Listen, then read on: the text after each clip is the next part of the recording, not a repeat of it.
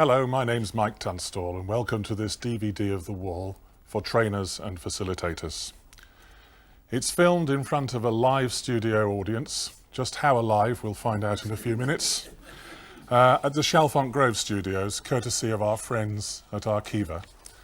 And will be cut down to DVD format, courtesy of our equally good friends in BP. The aim of this DVD is to allow you to see how I run the wall and to make some choices about how you may wish to run the wall yourself as a workshop. We will cover some learning points as we go, but I have to tell you that in common with every other wall workshop I've ever run, I have absolutely no idea how it's going to end up. So let's find out. Okay folks, thank you for coming today. A little bit of background on the wall and why we ended up doing this. Way back in 1983, I was part of a working party looking at the future of training in Samaritans. Doesn't time move on, and don't we do the same things repeatedly? During that workshop, we came to some conclusions that a lot of the training and the preparation work we did for Samaritan volunteers was actually quite theoretical, was quite chalk and talk. And it was neatly phrased up by a proverb that is, what a person hears, they forget. What a person sees, they remember. But what a person does, they understand. And so we were sitting there looking at ways of moving the whole of Samaritan training and preparation from the hear and see to the see and do. And we were trying to find different ways of doing that. That coincided at the same time with lots of people, especially in the initial preparation of Samaritans, what we now call Sit 1, asking the question, well, what is it we actually do? What does it, well, we know we're there to support callers, but what is it that Samaritan volunteers actually do? And how does it all work? We don't quite understand it. You've given us all these skills, you've helped us empathize and listen, but what is it? In other words, people had no mental model in their head, or they had their own, but it wasn't a full mental model of how Samaritans look after other people that call us. And it was a very long afternoon, and I was sitting there, and all of a sudden I had this little glimmer of an idea that was, if we could find a way of combining those two concepts and helping us to pull together the idea that we needed to explain what Samaritans do, and we needed to do it in a visual or hands-on form, we might have the germ of a useful workshop. And out of that, with the help of many of the regional training officers, this particular workshop grew. That's the history. Normally, we'd start in a room with all the chairs anywhere, and we'd first of all set ourselves up by creating the kind of space we've got now. And this is an oval with enough area across, going down towards a door at the far end, which we'll explain the meaning of a little later. So, if I can just start by explaining what this area we've created is. This is okay. This is just an area of feeling. This is okay. And down this end, as we come further down here, this is not okay. And actually, as you go a bit further down, this is even less okay. And as you kind of exit the studio over here, this is very not okay. So the whole of this area is graduated from not okay right the way through up to okay. Okay? Everyone got that? Just checking. I can't say it down there, otherwise it confuses things. So that's our area. So what I need now is to introduce the wall. So I need 3 volunteers to help me be the wall. Now, the thing I didn't say to you at the beginning is that if you get your hands on and participate in this workshop, you'll learn more from it. So I need 3 people to be my wall. Can I have 3 volunteers? Frank? Come on, Marion. Can I have you as well? So I need to stand you this way, facing me, just about there. Come forward. Sorry, you're? Steve. Steve. Okay, Steve. I've just upset the director because you're taller than I am. And thank you, Marion. Now this is the wall. This is the wall that divides the okay from the not okay area. And, it's an intelligent wall. I promise it's an intelligent wall. And the reason it's facing that way is quite simple, and that is because when it comes through this way from OK to not OK, the wall can't see you coming, and it's very easy to slip through into the not OK area. However, if you start to go from not OK towards OK again, the wall can see you coming and close up. Close up. Oh God, it's always a bit of a rugby scrum, this, I'm sorry. Now, what it means is that it's actually slightly harder, not very harder, slightly harder to get through from being not OK to being OK again. Does everyone understand that? So that's the reason why the wall faces that way. It is more difficult, just as an innate truth, to go from being not OK to being OK. All right, now I need a volunteer to be a caller. Can I have someone to be my caller? Come and be my caller. Adrian, let me stand you on the line for a second, and then with the help of the audience, because this is the audience participation piece, I want you to tell me, folks, when we start a call with somebody new, which side of the wall are they calling from? OK or not OK? Is that a consensus? OK. Let's move you on to the not OK area. And so as a caller, you can be kind of just a little bit not OK, or you can be a little bit worse, or you can be a little bit worse still, or you can be pretty not OK, or even perhaps for the sake of this workshop, you can be looking at this door, which is the door marked death, and considering stepping through it and taking your own life. Let's make you a bit OK again, because I get a bit nervous down here. So do I. All right, so we'll make you averagely not OK. And that's really the spectrum of caller feeling. But let me just check. Can everybody in this room see that door over there? Everyone? Yes. Yes? Just. OK. So if I can reframe it for you, you are all suicidal. Because you can see the door marked death and you can consider stepping through it yourself. The only thing that differs is the degree to which you're suicidal. Now that's quite important, because a lot of people in the Samaritans sit and talk about asking the suicide question. You know, it's a kind of a binary question. Are you suicidal, yes or no? Well, the truth is that most of the people we speak to are degrees of suicide. So if you're sitting up where Jane is or where Frank was, you know, you're in the OK area and you're looking at the door and saying, yeah, that's the door marked death, but it doesn't really apply to me.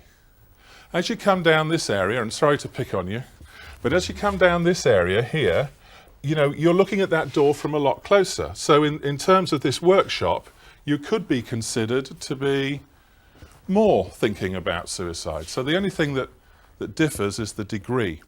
And the reason we talk about that, and the reason why it's so important, is because quite often we set ourselves as Samaritans this big obstacle, which is asking the suicide question. Whereas in fact, everybody's suicidal. The only thing that you need to discover as a volunteer is how suicidal, and have they looked at the door before, and how do they feel about stepping through the door, and what did it feel last time they looked at the door seriously? It's those kinds of questions. So instead of being a litany of prohibition, which stops you and gangs up against you, it's the most natural thing in the world to talk about suicide with somebody who's called Samaritans. Does that help? Everyone understand that? Okay, let's introduce onto this tableau now a volunteer as a volunteer. So can I have someone to come and be my volunteer? Now, could you come over here for me? Stand on the wall. And I promise this is not a catch question, folks. It's a genuine one. When a volunteer comes on duty, which side of the wall are they on? OK or not OK? Depends on the day, then. There's always one smart answer. Thank you, Frank. Which side of the wall are they normally on? OK. Is that a consensus? Yeah. It's only a 50-50 chance, folks, so don't worry too much. So that's OK, which is actually true. most of the time when we come on duty at the centre, we are concentrating on being, looking after others, and generally speaking, our own lives are okay. Otherwise, we wouldn't be doing this work. Now, let's just think for a second about contact. So, ring, ring, ring, ring, ring, ring. How does this contact start? So maybe what you do is you come and stand over here and you look through the wall and you go, over here? Is that what happens? Do we expect the caller to come and step through the wall, which is probably the hardest thing they've got to do, to be with our volunteer? No. Is that what happens? No. So what happens? We ask. We go through the wall. So as a volunteer, you go through the wall and you stand next to your caller, which is great. So the first thing we learn about being a Samaritan volunteer is that when we're with callers, we actually have to consciously put ourselves alongside them in the not okay area. And that, ladies and gents, is called empathy. That's what we do when we empathise with somebody. So standing next to somebody and being with them rather than expecting them to come and be with us, which is what sometimes happens in some organisations, is one of the prime differences about Samaritans. So can you put an arm around your caller and let's have a little explore of your not okayness as a caller. So you have a little wander around and see how you feel. I'll get out your way. Okay, so perhaps you're not okay, perhaps you're coming up and exploring this a little bit more. So let me just ask the audience, who is it that's leading this particular little gavotte? The caller. Yes, most of the time I think it is. So keep exploring. The caller's taking the lead. However, let's choose an Arqiva visitor's pass. If that's the caller's uncomfortable piece, and whenever they get close to that, they shy away from it and take the volunteer away from it. Doesn't matter what it is, it can be anything. You know, is it still the caller that's leading the gavotte? Yes. But as a volunteer, perhaps one of the things we can do is to actually say, I notice you have a problem with this pass. Is it something you'd like to talk about? Because I'm prepared to talk about passes. I'm prepared to talk about what it means to you if you wish to discuss it. Yeah. So in other words, although it's the caller leading the gavotte most of the time, just occasionally it's the volunteer who's listening for what's not being said, the music behind the words, as much as they're listening to the words that are being said to them. So we've got empathy and we've got active listening. And active listening is not just listening to the words, it's listening to what's not being said as well. Now, hang on a second. Okay, everyone got that? Good.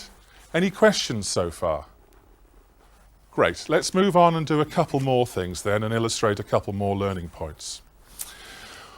One of the things that differentiates Samaritans from the rest of the very able organisations that work in this not okay area, giving emotional support, is the fact that as Samaritans we really have to be prepared to walk down this way with your arm around the caller and work very much in the not okay area. Now let's stop you there a second. If, as a matter of discomfort, so you're wanting to talk about suicide, and you'll come towards me, stay with them, empathise, but keep walking. So that, okay, thanks. That happens, and I am you as a volunteer's lack of understanding about what suicide means to me. It's very easy to lose empathy in this area.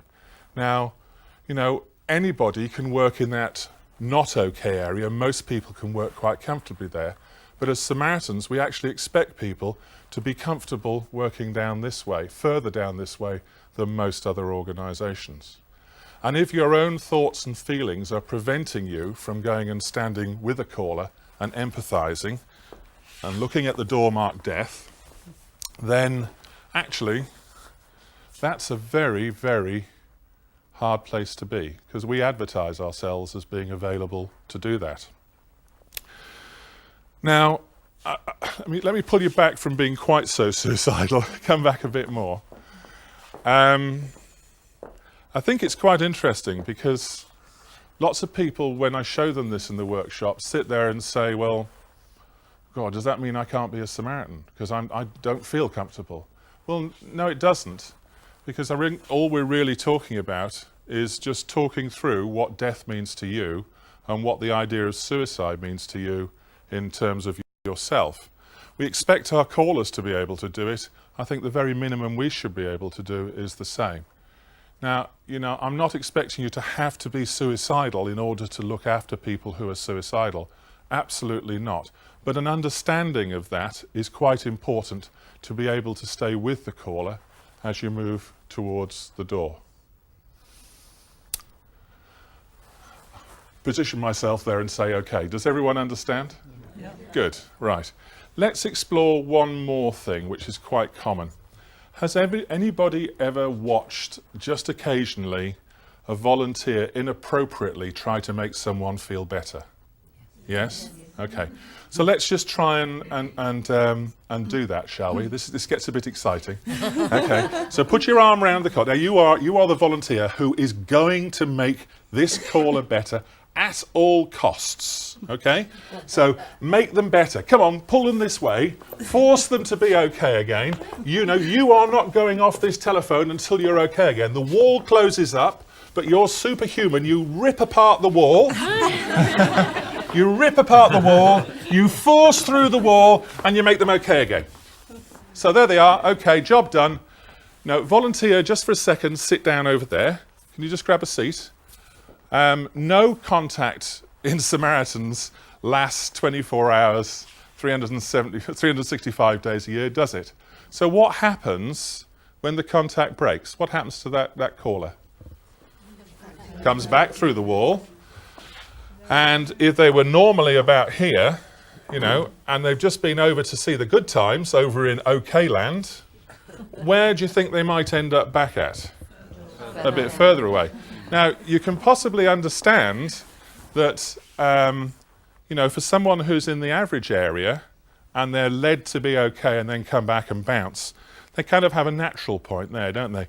And I mean, imagine it's on a piece of elastic. All of us have our natural points. For most of us, thank goodness, it's over there. But if you stretch that elastic and they come back and they rebound a bit further like that, that's not a very good way of helping them. Our way of helping and supporting is to care for them so that when they can step forward very slowly, and sometimes it takes a long time, and then naturally find their way to being less not okay or into the okay area. One other thing.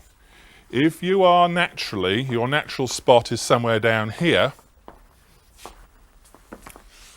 and you make them okay again, and that piece of elastic is really taut and tight, what happens when they get to here? When they rebound, what could happen? You run a risk of them wanting to step through this door because, that's pretty okay over there. So let me make you less not okay again and just say, so forcing people to be okay is not really what we're about. Supporting them and letting them move naturally towards a more naturally comfortable position, dealing with the things they have to. And most people know how to do this themselves. They do not wish to be not okay. Believe me, none of us do. So most people, with help and support, can start to move that way and into that area. Can I pull you back up again? I'll pause a second and then I'll get a leader. So can I have someone to be my leader, please? Anyone? Come and be my leader. Okay. Let's stand you on the line and see if the audience is awake. When a leader comes on shift, this is not a loaded question, I promise. Okay. When a leader comes on shift, which side of the wall are they normally on? The OK area. So we'll put you in the OK area. And we'll explore what leaders and co-volunteers do in terms of supporting one another as we go through the next few minutes. In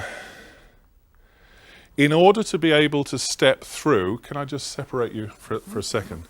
In order to be able to step through the wall as a volunteer and support somebody and to be in the not okay area, one of the things that we sometimes have to do is to make sure that we're cared for. So having a leader on the far side who you as a volunteer can glance across at and know that they're there, and at the end of a contact, the leader who will help you through the wall, so move towards the wall, the leader will help you through the wall. Do you want to move through? And the wall, and hold the wall open so that you can get through, yeah, to help you be regrounded. And especially at the end of a contact with somebody, especially if it's been a distressful or difficult contact, it's quite important to recheck where your normal spot is. So if you spend an entire shift moving from person to person to person over this side of the wall, that's can be quite dramatic. Let's pull you back through as a volunteer. That's the prime role of a leader. The secondary role of a leader is to look at and understand what's going on. So when you're close to a volunteer and a caller like this over here, with the best will in the world, we ask you to immerse yourself with the caller. We ask you to be alongside them, to help them, to support them. We ask you to focus on them. We ask them to be the center of the care that you're offering. Yeah? And then we expect you to listen for unusual things, so things that don't quite gel right, or things that are perhaps slightly manipulative, things that aren't working properly. And just occasionally having someone over there, whereas over here, this fills your entire reach, this fills the whole of what's in front of you. If you put your hands at the side of your head now and move down and tell me when the side of the hands, as you're looking at these two, touches their heads. So just move them in like this and just tell me when the side of the head. So about there, yeah? So that's filling about 10 or 20% of your vision, which means that it's not the only thing going on. You're grounded. You're aware of what else is going on around you. Whereas a volunteer, it's not always possible. And it's quite important to recognise that role of a leader or even of a co-volunteer in supporting someone to make sure that the balance is there. And for you, when you're in this situation, to accept that you are deeply in the situation and that someone one step away may have a clearer view of what's going on. Okay? Yeah. Good. All right. So we've explored the area, we've explored the wall, we've got a caller, a volunteer, a leader. We understand that's the door marked death. We know we're all suicidal. The only thing that varies is how suicidal we are. And so what I'd like to do now is just quietly brief these two people about something I'm going to do and then demonstrate it. So, come here.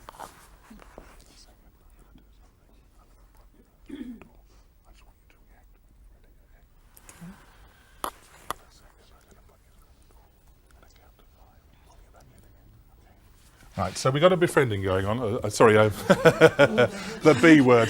We've got emotional support happening here in an area that is quite deeply suicidal.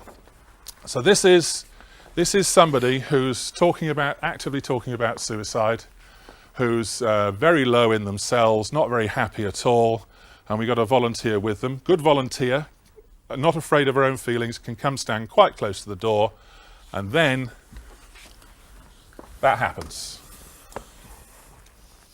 Now, by the miracles of modern technology granted to us at Chalfont Grove, we can resurrect people, which is really rather useful. So come on back in, and let's move up the floor a little bit. Was that a bit of a surprise? Yes, it was very final. Very final. Anything else? It just felt the right thing to do at that moment. Yeah. I just wanted to let go. Wanted to let go and step through.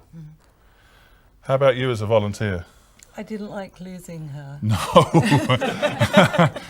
When the whole raison d'etre for our being in volunteers is to help reduce the number of suicides, it's very hard to deal with that.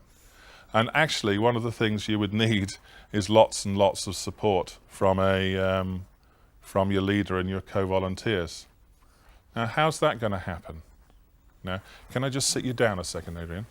So you're over here, yeah? You've just had one of those, I'll say it out loud, oh shit moments, where a caller's just stepped through the door and you're sitting there looking at the door thinking, well, does empathy say I follow them? No, not quite. But, You know, what am I going to do? How do I do it? So, all right, you're the leader. What are we going to do here?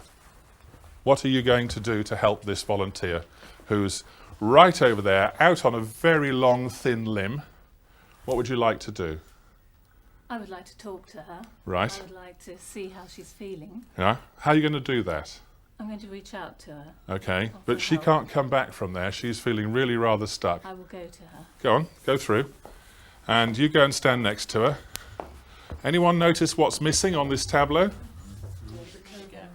The co-volunteer or the leader. So can I have another person to be a leader? Mo, do you want to come and be my leader? So Mo, you're over here. Yeah. Let's just assume this is a really distressed volunteer. And actually, because there's good true empathy going on, pretty quickly the person who's gone to support them is also feeling rather low. And you're the leader on duty. Your first concern is the volunteer. So through you go. Go and support them. Can I have someone else to be a leader?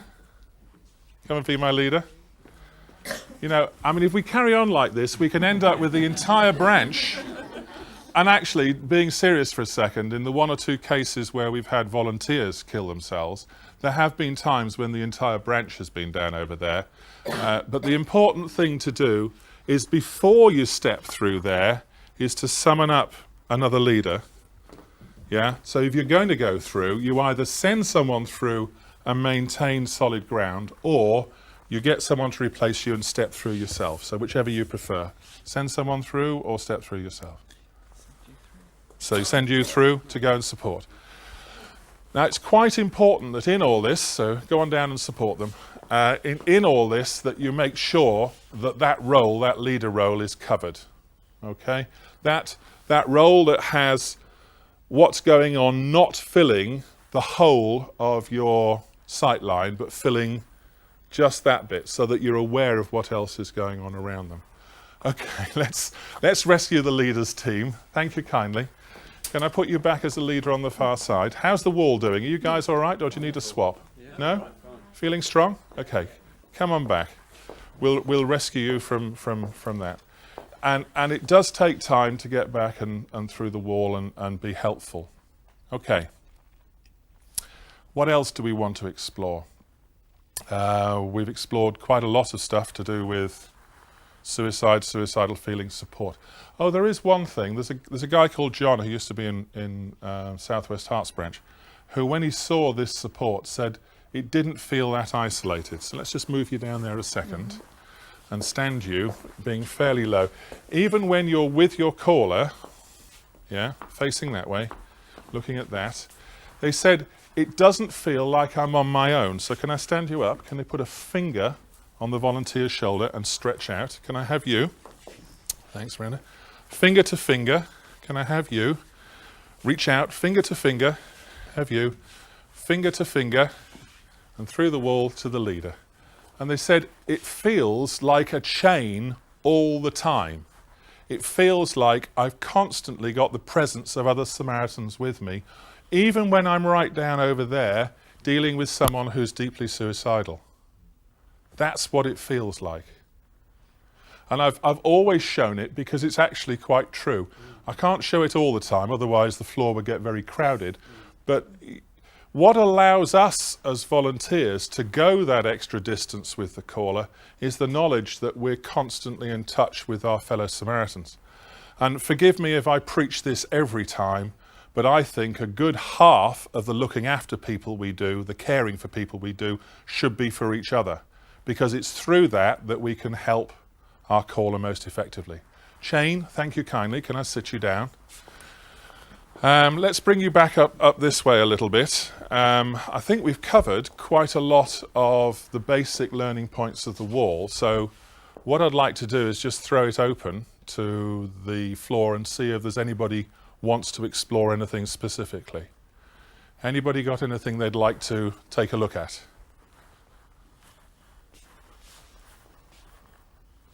I think just to say that the day leader also has that chain and that support to a deputy director or whatever.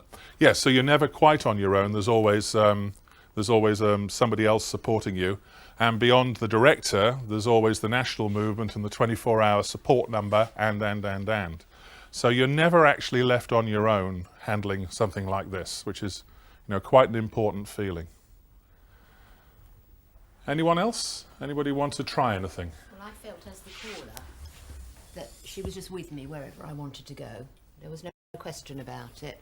Whatever I wanted to discuss, she was able to do it. Yeah. That last bit was just mine. Yes, absolutely. And that really is the true empathy. We're here because we care. The skills that we have given to us, or we're helped to hone from within us, are the listening skills. That's the things you hear and the things that are not said. The empathy is what allows us to stay close. And empathy is not always cuddled up close like this, running along tram lines. Empathy does alter. I can probably tell the story about one of my less empathetic comments when I was talking with a caller who'd rung in, a 19-year-old guy who'd rung in to say he thought his girlfriend was pregnant. And he'd started to talk about options, and me, in my usual dyslexically ham-fisted manner, meaning to say, well, just how many weeks pregnant she is, I thought we'd better check that out. I said, tell me, X, just how pregnant is she? And he said, very, you silly fucker, and rang off. So, empathy sometimes does that. But in most conversations, empathy does this, and the odd comment you make will take you away from the caller, and then the next one will bring you back again, or the caller will sometimes follow you, especially if it's talking about the things that they find difficult to talk about. So it's a very important thing to know. Sensitivity is what allows us to know when that empathy is varying. It's our own natural innate sensitivity that has been honed over the years and helped by Samaritan trainers and the people around you. So it's quite an important growth thing in yourself to be a volunteer. So anything else anybody wants to explore? Yeah, probably if somebody was very near the door Yeah. and wished to offer them a follow-up call, and I'm aware that with one volunteer they've been exploring some particular space, and then a week later somebody different rings, and it's how to make that reconnection. Whenever I've made a follow-up call, it's sort of, am I going to somehow make the reconnection and carry on the good work that the previous Samaritan has done? Well, if this is the gavotte that we talked about before, led by the caller, my kind of question is, does it matter? So can I sit you down as a volunteer, and can I stand you up as a volunteer? I mean, if you go and put your arm around the caller and stay with them, and what's going to happen at the start of a call? They're just going to take you where they want to take you. So, in many ways, they will lead the gavotte still, and you, with your natural sensitivity, if there is something going on over here which they're not comfortable with, you'll tune into it. When I talked earlier about the movement of the natural spot, that's something that the caller determines, not us. There's a belief sometimes that we can build upon what's gone on before and what's happened on a previous contact. And sometimes, yes, you can, but that's more of an active psychological support model.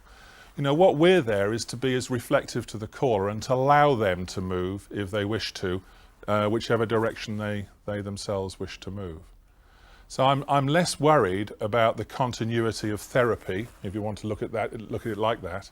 I'm more concerned that we're there for the caller in whichever place they wish to be.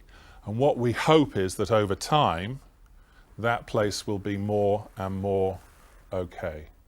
Because that's, we are one of the few organisations in the world that's seeking to make our services redundant.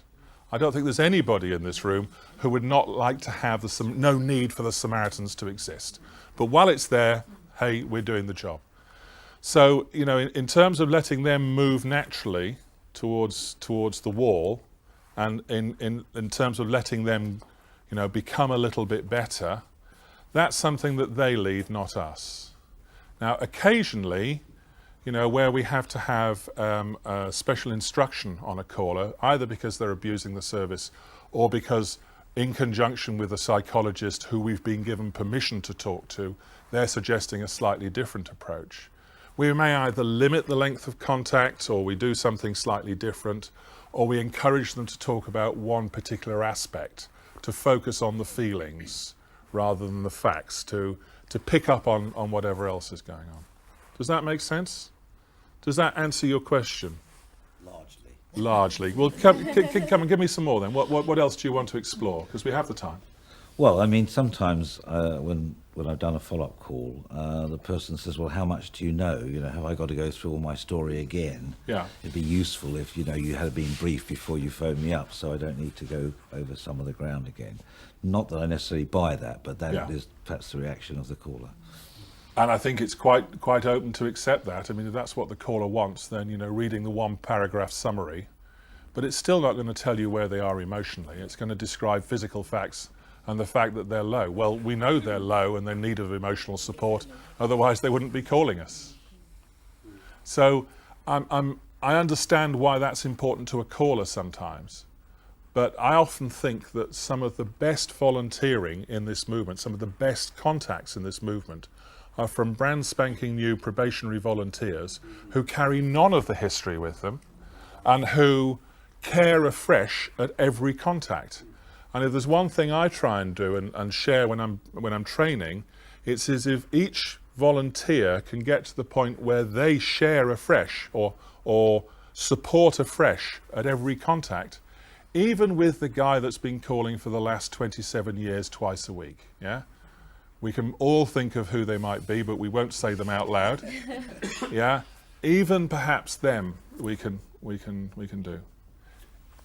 It seems to me there's one slight difference in that when the caller first calls, they are to some extent stretching out a hand towards the wall. When you do the follow-up call, which they may have been preparing for but may not, there's a sort of pre-warming up stage or something of that sort. And that's actually quite right. Let's explore that. Quite often, our callers, are you all right standing up? Are you guys okay still? You all right?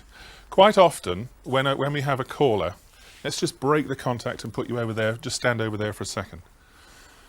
You know, as a caller making first contact, if you're feeling incredibly depressed or incredibly low, one of the things that's quite hard to do is to get the energy together to pick up the phone or to knock on the door of the centre. Yeah, it's a hard thing to do. And so one of the reasons we introduced follow-up was to make the second contact simpler. So, you know, you come close enough to the door, to the wall, to be able to make the contact. The volunteer comes through and stands with them.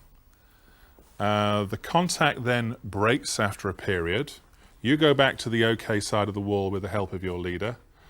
And the wall's not being too stroppy at the moment, which is great. And then, rather than expect this quite energy-free person, in other words, somebody who does not have a lot of energy to be able to do that, you make a follow-up call by reaching through the wall actively and putting a hand out and saying, do you want to talk some more? That's actually an incredibly good thing to do, especially with people who, for whatever reason, have very low energy, depression or things that are going on, life too full, stress, anxiety, whatever. So the idea of follow-up is actually to take away the burden of the caller in making that contact. So yes, I absolutely take that. That's completely the case. Is there anything else you wanted to follow up on follow-up? No, just whether there were any sort of advice that people had as to how, when you're doing a follow-up call, whether you're in any way different from when you just answer the call in the first place. You can't give advice. They might have gone further down towards the door there to be on the follow-up call. You might have been concerned that they would. Yes, they might actually be here. They might actually be getting worse. And so, you know, in some ways, reaching out to them is even more important because they're going to have less energy to get towards. They're further away from the wall, and it's harder for them to make contact with the Samaritans. Yeah, I mean, you can paint as many scenarios, and please do. I mean, this is what the workshop's about. I suppose what I'd like to say is, with that volunteer down there and the call finishes, Yeah. either the person goes through the door or whatever that's phoned down, if you're here as the co-volunteer, what happens if that volunteer isn't holding out their hand to come back through the wall? If I'm okay, Okay. Now that's quite an interesting one. So let's sit you down as a caller, Adrian. That's great. So you're out here, and you're what we call a perfectly encapsulated volunteer, and you're not seeking support and debriefing. You know, if that's the case, I'd actually have serious worries about you being a volunteer. Yeah, just personally. It has been said. In the remit of this workshop. All right, okay. Oh, another one leaves the movement. Yeah. Yeah, what was it? To be or not to be, that is a Samaritan. Whether it is nobler to leave now or screw up another caller. So, you know, if you're not seeking help, this is something that we can help alter. So culturally, if at the change of every contact, if every call, you as a co-volunteer actively says, how did that one go? And those of you who work with me at Southwest Hearts will know I'm religious about that, and lots of other people in the branch are as well, then at least you're offering the hand for you to say. But the other thing is that equally, as each of us comes off a call, we owe it to the next caller to make sure that we are back through the wall and onto our natural spot, or at least in sight of our natural spot. Can you help him through? Yeah? At least in sight of our natural spot before we take the next call. Yeah? Because if we don't do that, then we're next to naffle use to the next caller. So come back through again. Adrienne was over here. Yeah? And the call well, let's make it a little worse. Come back over here. So we'll put you here. So Adrienne was over here. The call finished. You go and sit down. Brenda, can I get you to be and the next volunteer? Could you come to be the next volunteer? Sorry, next caller. I'll get it right eventually. Now, if you're somewhere over here, yeah, and you don't bother debriefing at the end of a session, and you don't bother going over there, and this call starts straight away, what's going to happen? Anyone? Well, you're in a worse position than she is. Yes. Well, I don't like to point it out, but Help me. yeah, who's going to be looking after who here? You know, I mean, oh, you think you've got problems?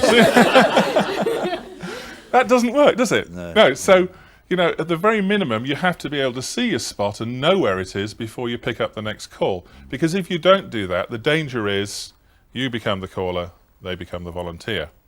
Or when you're standing next to them, you're constantly laying on the conversation. So I thought they were over here somewhere, because your conversations are getting muddled. Because quite often when we put ourselves out there and really care and look after a caller and listen actively to them, we don't always concentrate on the absolute detail of everything that's being said to us, do we? And so sometimes it can get quite muddled. So it is quite important that you debrief at the end of every contact. And that can be as simple as one person called Mary 8 taught me years ago, as coming over, putting a hand on the shoulder and saying, "Are you okay?" That's between the two contiguous telephone calls. You know, phone goes down, rings again. You know, a hand on the shoulder, "Are you okay?" is absolutely enough in some cases to help you say, "Yeah, I'm over there," into the next one. All right? Okay, let's sit you down. Can I keep you as a caller? You can keep me as a caller. Keep you as a caller. Excuse me, Mike. I mean, this is absolutely ideal in an ideal situation, but obviously we're always going to get, aren't we, if there are perhaps two volunteers on.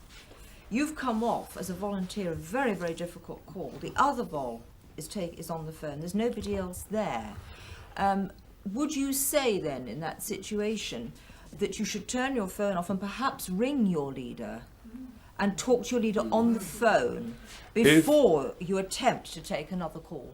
I would, yes. Personally, I think it's absolutely vital that every volunteer is ready to take the next call, because if they take it unprepared, they're doing no one the service. And with the technology we've got now, very few calls are going to go missing. So, you know, with the referral, they'll trip down the chain to the next available volunteer.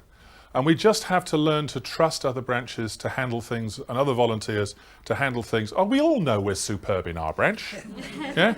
But we have to learn to let it trip down to someone else to deal with, yeah? So yes, if you're not ready, if you need to take that breather, then do so. And actually, just doing something different, like putting the cattle on, just doing something different, like going and checking the other volunteer, actually puts you back in your own place. So if somebody else is still on the phone and you go over to them after your call and do that, normally what they'll do is turn around and go, "You okay too?" Yeah? Tell you later, yeah? And that's often enough. But debriefing at the end of the session is very vital, because as you go out of the centre, you really do want to be over there. You know, if you go out of the centre over here, that's, you know, what are we doing to our volunteers? That's not what we're here for. Can I just explore one other thing, which is something I forgot to explore? Jane, can I borrow you to be, can you be a manipulative caller? I could be. Do you reckon you can? Okay. So this is actually a caller. Can I put you on that side of the wall and start the contact, Jane? So this is a caller that's natural spot is, you choose where your natural spot. Are you okay or are you not okay? I think I'd be okay. You're okay. So you're going to portray yourself as not okay. Okay, yep. Yeah? Yep. So if you portray yourself as being here, but actually you're over there, and you're doing this for some reason that I don't know, attention, whatever it is. How can you be on that side? If you want to phone Samaritans and be a manipulative caller, how far on that side of the wall can you actually be? I've no idea. I've never done it. I wouldn't have thought that you're very far over that side if that's No, really- it could just be the... And actually, I think that a lot of callers that ring us to... Let's define manipulative. A lot of callers that ring us to get us to do things that they want us to do that we wouldn't otherwise do, and I'm including M callers in this, yeah, a lot of them are actually probably somewhere on this side of the wall in the not okay area, but are portraying themselves in a different place. So if you start the contact, you come through, you look after your caller, you're an empathizing natural person, so you stand next to them and you care for them.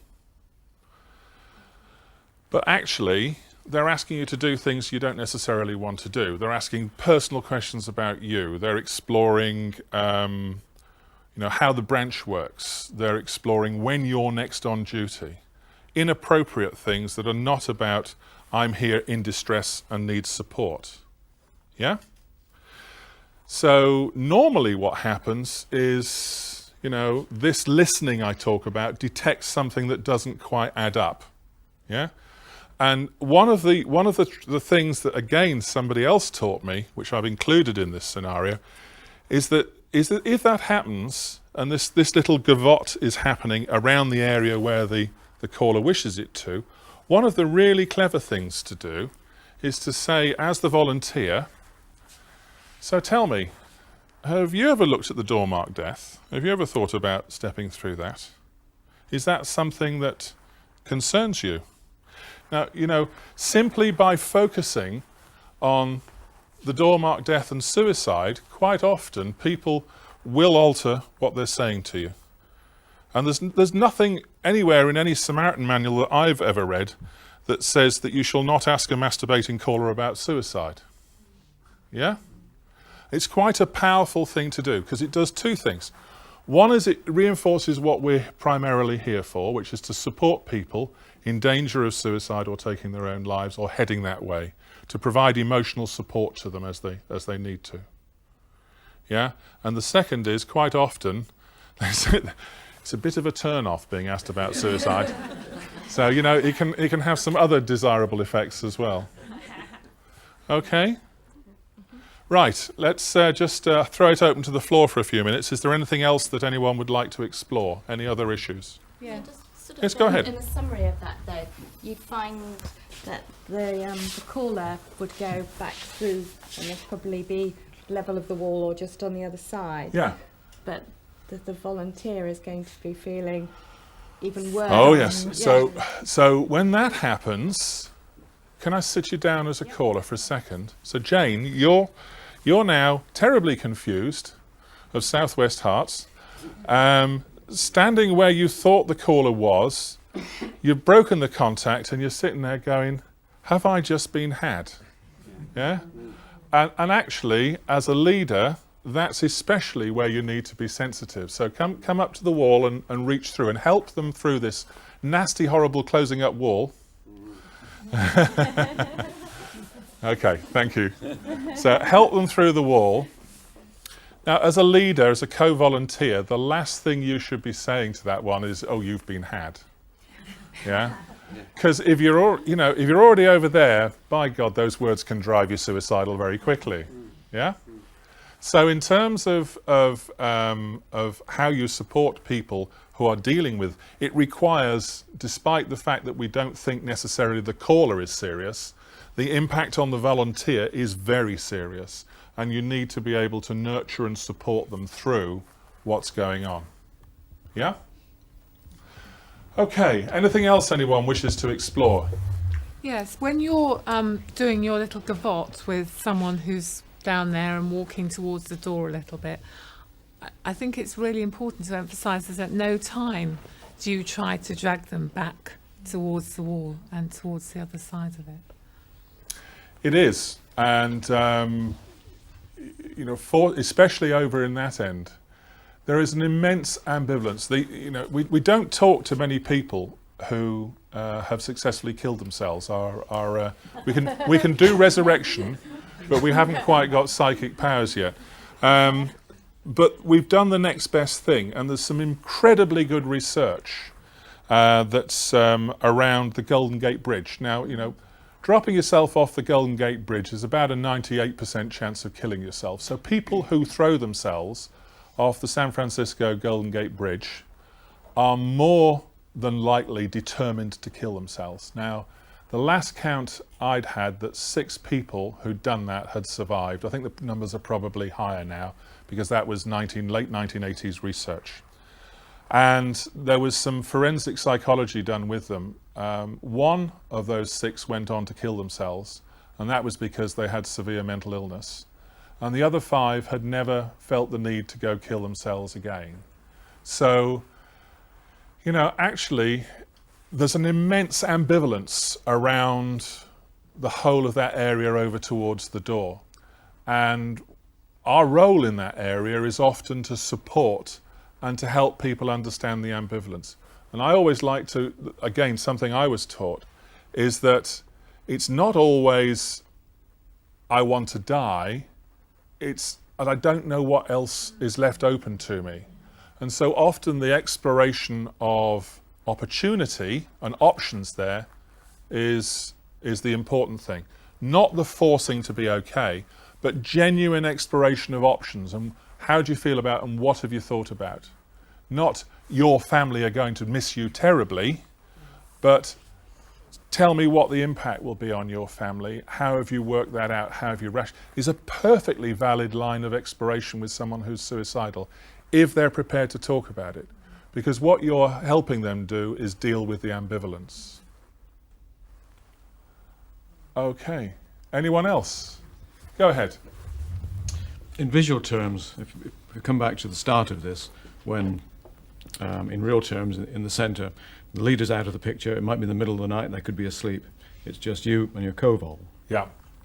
And you pick up the phone and you move down here. You're very quickly out of sight of the co-volunteer. It almost seems that as a co-volunteer, you need to move into this space without a caller, just to stay in contact with your co-vol. I understand the analogy, and yes, I think you in some ways that's right, but it's quite dangerous to do that because the wall's there. So, if you're trying to support your co-volunteer, quite often, I believe that co-volunteers can and do support people as well as leaders. Leaders have a very specific role apart from support, and that's debriefing at the end of a shift and continuity of care for a caller. So it's actually, we're codependent on one another in the work we do as Samaritans. It's absolutely vital that we offer that support to one another. The only thing I think I differ with you is that we don't actually do that from this side of the wall. Yeah. not unless we're here naturally by ourselves, and that's a whole different ball game. You know, if as a volunteer, can I make you a volunteer, Jane? Come through. A volunteer who comes on duty distressed themselves, you know, and they're in the not okay area, you know, that's the time to take a breather. I mean, I can think of a couple of times I've consciously taken myself off shift because of things that have been happening around me. Yeah, that wasn't actually what I meant. Yeah. It's just Do you want to try and paint it on the tablet? Yeah. We've got a leader, we've got a volunteer. Use anybody else you wish. Well, I'm here as a volunteer, and the leader's out of sight. Yeah. So leader, sit down. But the leader's always out of sight. Yeah, but it's the co-volunteer that has to make the decision to introduce a leader, because there isn't anyone else to do it. So Okay. can we sit you down as a leader? Go ahead. And Okay, so I need a volunteer. so grab someone. It's your tableau. Sorry, I don't know your name. Elaine. Okay, so you pick up a caller that very quickly becomes suicidal, and you do the right thing. You go right down there.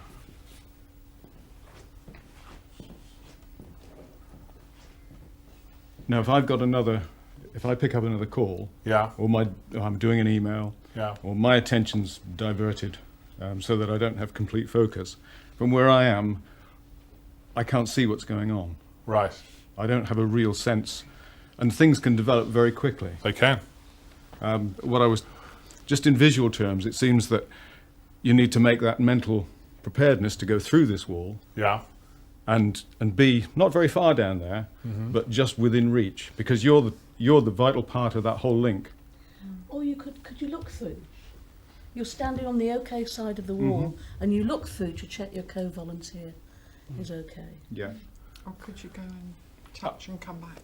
Oh, go and touch and come back. Yeah. Yeah. I mean, there is a danger in that if you're feeling tired and it's 4 o'clock in the morning and it's a full night shift, then, you know, forcing your way back through the wall on your own is going to be quite difficult. So, I mean, I think you touched on that. We Yeah. all need to be, we all need to take responsibility for our own okayness. Yeah. And when we go through there. Because Absolutely. there's only two people involved. The caller, the volunteer and their co-vol. Yeah. So, and they're already in a place where all they can see is the caller. And I think you've just put your finger on something I'm not sure we're going to solve today. But the thing I will say is that I have consciously switched off phones before now to make sure that I'm supporting my co-volunteer and I was trusted just other going to branches. say that. Turn Yeah. off the phone. And I've phone also... the leader or do something about it, but don't try and face it by yourself. Absolutely. It's, you know, especially in the middle of the night when you're low yourself, that's the time when you need the extra help. And I think it's quite important that you get that. Yeah. That was brilliant. the point I was trying to make. No, that's absolutely brilliant. But it seems to me, Mike, that the point you're making is that the person stays in the OK end. They're supporting from the OK end. They don't desert that spot, because that's when you get into danger. You initiate the chain. Yeah. You initiate and then- the chain, and you then send the- other people, yeah. but Yeah. somebody's got to stay at this. So really what we're saying is that if you choose to step into this area, we're running that risk we talked about earlier of not having support there. And I'm actually I don't think there's an easy answer to it. In my understanding of it, I would actually accept you stepping through the wall, provided you'd told somebody what was going on. Because again, it's the care of your co-volunteer is the primary thing in supporting their caller. Yeah? Come and be a little less suicidal. Only need the touch on the shoulder again. Might only need the touch on the shoulder, absolutely. Or a piece of chocolate. Oh, I like that. Practical care for the co-volunteer. Bring chocolates, I like that. Yeah. Okay, is there anything else anybody wishes to explore? Is the wall different if the contact is email? Oh, well, that's interesting, isn't it? Because can I use you as an email caller? And can I use you as a volunteer? And can I use you as a leader? So I'll put you, or a co-volunteer, I'll put you back the other side of the wall. So in email, what actually happens, can I just put you with the other side of the wall as well? So Jane, you're an email caller. And what you actually do is on email, you describe where you are in the not okay area and what's going on. And then you go and sit down and you leave this little deposit. Well, not that kind of deposit. You leave this little little deposit here, which is your email and what's going on with you. And then as a volunteer, you come through with email and you go, oh dear, that's a bit of a deposit. And then you start working out how to respond and how to explore the area, but in your absence, yeah? And then you, with your co-volunteer, you go back through, take it with you. With your co-volunteer, you look at it and say, is this a good exploration of where that person's at? And if they say yes and agree, or make some changes, and at that point, you dispatch the email back to this point, at which point the caller comes in and picks up. So the thing that's different about email for me is time shift communication. It's not real time, yeah? All the same things apply, but it's time shift and it's separated. And so in terms of what we talked about, care, empathy, listening, sensitivity, the sensitivity is still there. The empathy can be there, but you're not always getting immediate feedback. The listening has to be there because you have to hear what the person's writing, but is not as perfect as real time. And the care is always there. So I think the model still applies. The volunteer in the not okay area as much, does it? No, it doesn't. Because you've got much more of a communication over the other side. Indeed, and you've not got the real-time pressure. You've got time to think about what's being said. Yes. So one sentence in an email you can sit and think about for 20 minutes. Whereas if it's one sentence in real time, it's instant. And you say it wrong and it's wrong. And so arguably, you could argue that actually email care, email support, is more thoughtful, more structured, more careful. It's different, and it's just another medium. Yeah, I'll wait till we get on to text messaging. That's going to be really exciting. Apart from the fact I can't understand what my daughter sends me now. I think there is an issue there, though, that when you're answering an email, and don't forget, a lot of email callers are a lot nearer the door. Indeed. Do you want to move that way a little? That's great. So you're working on one, you're well into it, and you're thinking of a sympathetic and appropriate response, and then the phone rings. And I find that quite difficult. So there's a question here. In how you work in your branch, is it sensible when you're answering an email to switch off one of the phones and concentrate on it? We don't. I mean, no, I understand. Absolutely, you don't. Yeah. Because on the whole, there's probably somebody answering an email almost all the time. Yeah. So you'd always have one phone switched off if you followed that approach. Yeah, I understand. Or perhaps you switch it off and then switch one on again.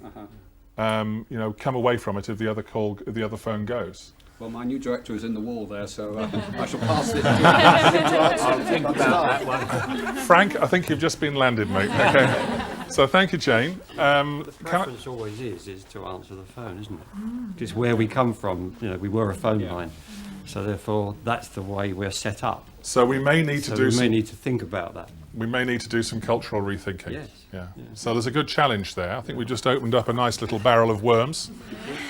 So, Wall, can I thank you? Guys, can I thank you? Can I thank you all and sit you down and just say it's really been quite interesting seeing how you've taken this. As I said, I genuinely have no idea where these workshops go, and you've taken me into about 5 new areas today, which is quite challenging and stimulating. I really hope that this has helped you understand a little bit more what it is that Samaritans do. And I hope that, when you go back to your own branches, you'll feel able to take and run this. Not only will this DVD be available, but there's some briefing material available as well. So thank you for your participation.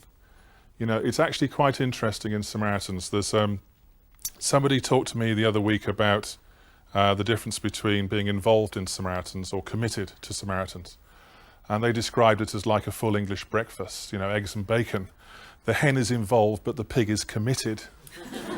And in the nicest possible way today, helping me here, you've all been pigs. So thank you kindly.